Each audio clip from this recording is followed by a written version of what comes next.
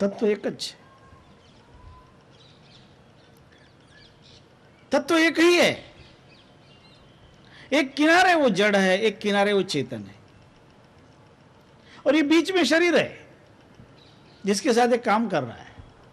जब ये पूर्ण जागृत हो गया तब जड़ का अंश इसमें से हट जाता है, तब वो अंतिम किनारे पे पहुंचा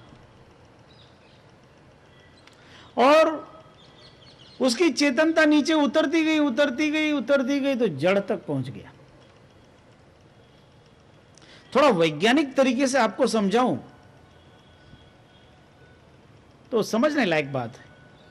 देखो, इस धरती पर मनुष्य सबसे ज्यादा सचेत प्राणी है। इस धरती पर सबसे ज्यादा जिसकी चेतना जागृत है ऐसा प्राणी ये मानव है। फिर इस मानव से जिनकी चेतना थोड़ी कम जागृत है ऐसे प्राणियों में वानर आदि आते हैं। वानर हैं, गाय हैं, अन्य जो पशु हैं उनके पास भी अभी चेतना है काफी गहरी। फिर उनसे भी आप नीचे उतरते जाओ, फिर इन जीवों का धीरे धीरे धीरे धीरे नीचे उतरना चालू हो जाएगा और उनमें से कुछ जीव फिर ऐसे मिलेंगे जिनके पास पांचों इंद्रियों में से किसी के पास एक इंद्रिय नहीं है, किसी के पास दो नहीं है, किसी के पास तीन नहीं है। वो घटते जाएंगे, वो जड़ता शुरू हो गई। और फिर स्थावर आ जाएंगे। स्थावर मतलब वृक्ष। वृक्ष में भी जीवन तो है, लेकिन उनमें वह फिर सोचने की, विचारने की और ये जो और क्रियाएं हैं वो उसके पास नहीं होगी। तो वो जड़ता के काफी नजदीक पहुंच गया, थोड़ा सा जीवन है। और जब वह जीवन भी उसमें से उतर जाता है तब क्या होता है? वह चेतन से खाली हो रहा, ये चेतन ही कम होता जा रहा है। और जहां चेतन पूर्णतया कम हो गया उसका नाम जड़ है।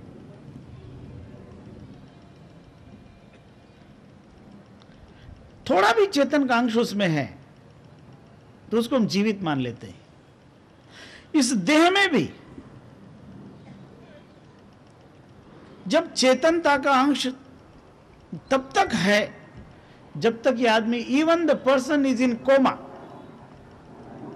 कोमा में आदमी हो, तब भी हम उसको जड़ नहीं कहते, क्योंकि अभी भी हम देखते हैं कि उसके शरीर की हलन चलन क्रिया चल रही है, उसके अंदर का चैतन्य अभी कुछ थोड़ा सा जागृत है, तब उसको जड़ नहीं कहते। जब उस चेतना का संपूर्ण संबंध शरीर से टूट जाता है तब हम कहते हैं कि अब ये मृत है। जब तक कोमा में है तब तक उसको हम मृतक नहीं कहते, यद्यपि वह मृत्यु तुल्य अवस्था में होता है। तो जड़ एक प्रकार की चेतन की वह अवस्था है जिसको मृत्यु अवस्था कहा जा सकता है। अवस्था का फर्क है। और इस ज्ञान को प्राप्त करके चैतन्य की जो सर्वोत्कृष्ट जागृति की अवस्था को पहचान लेता है कोई सद्गुरु की कृपा से, वह उस ब्रह्म का साक्षात्कार कर लेता है।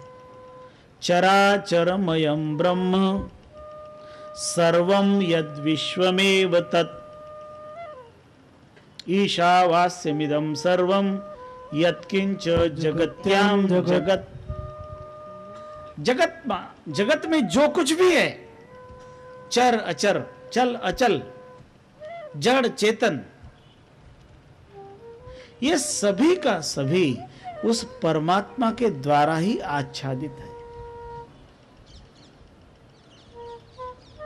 और इसीलिए तो हम जड़ में भी परमात्मा को अनुभव करते हैं। वास्तव में है तो वही।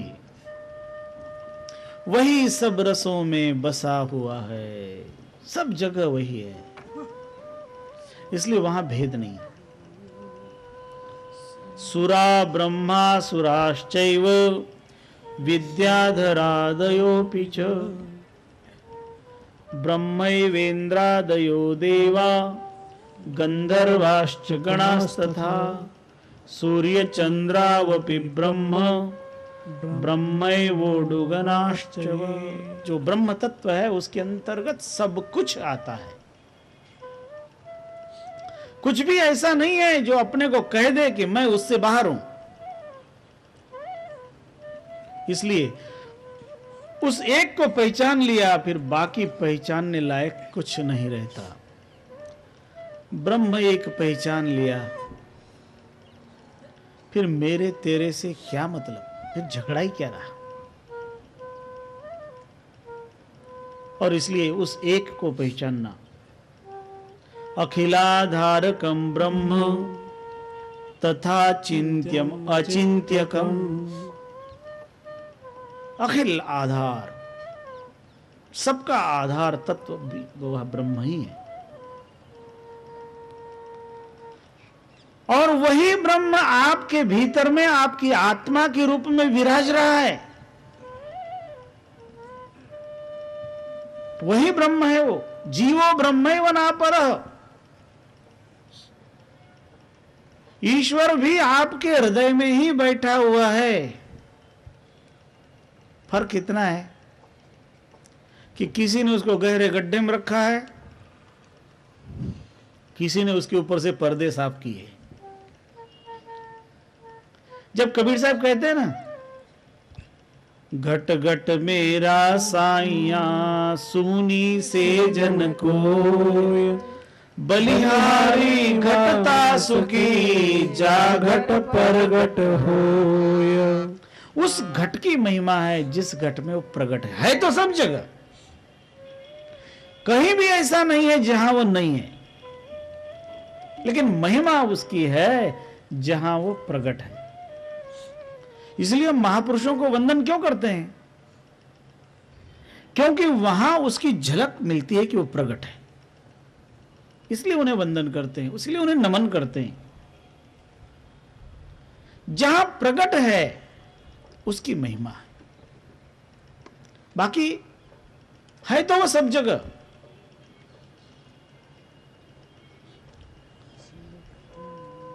अनेक प्रसंग हैं जो आपको इसको समझाने के लिए प्रयुक्त किए जा सकते हैं, लेकिन हम सबको वास्तव में इस समय का भी थोड़ा ख्याल करना चाहिए। इसलिए इस प्रकरण का आगे का विस्तार कल सुबह गुजराती भाषा में किया जाएगा, क्योंकि हम दोपहर को हिंदी में ले रहे हैं, सुबह को गुजराती ले रहे हैं, और किसी की इच्छा हो इंग्लिश में तो वो भी शुरू कर देंगे। अपने को कोई बोलो सदगुरु देव की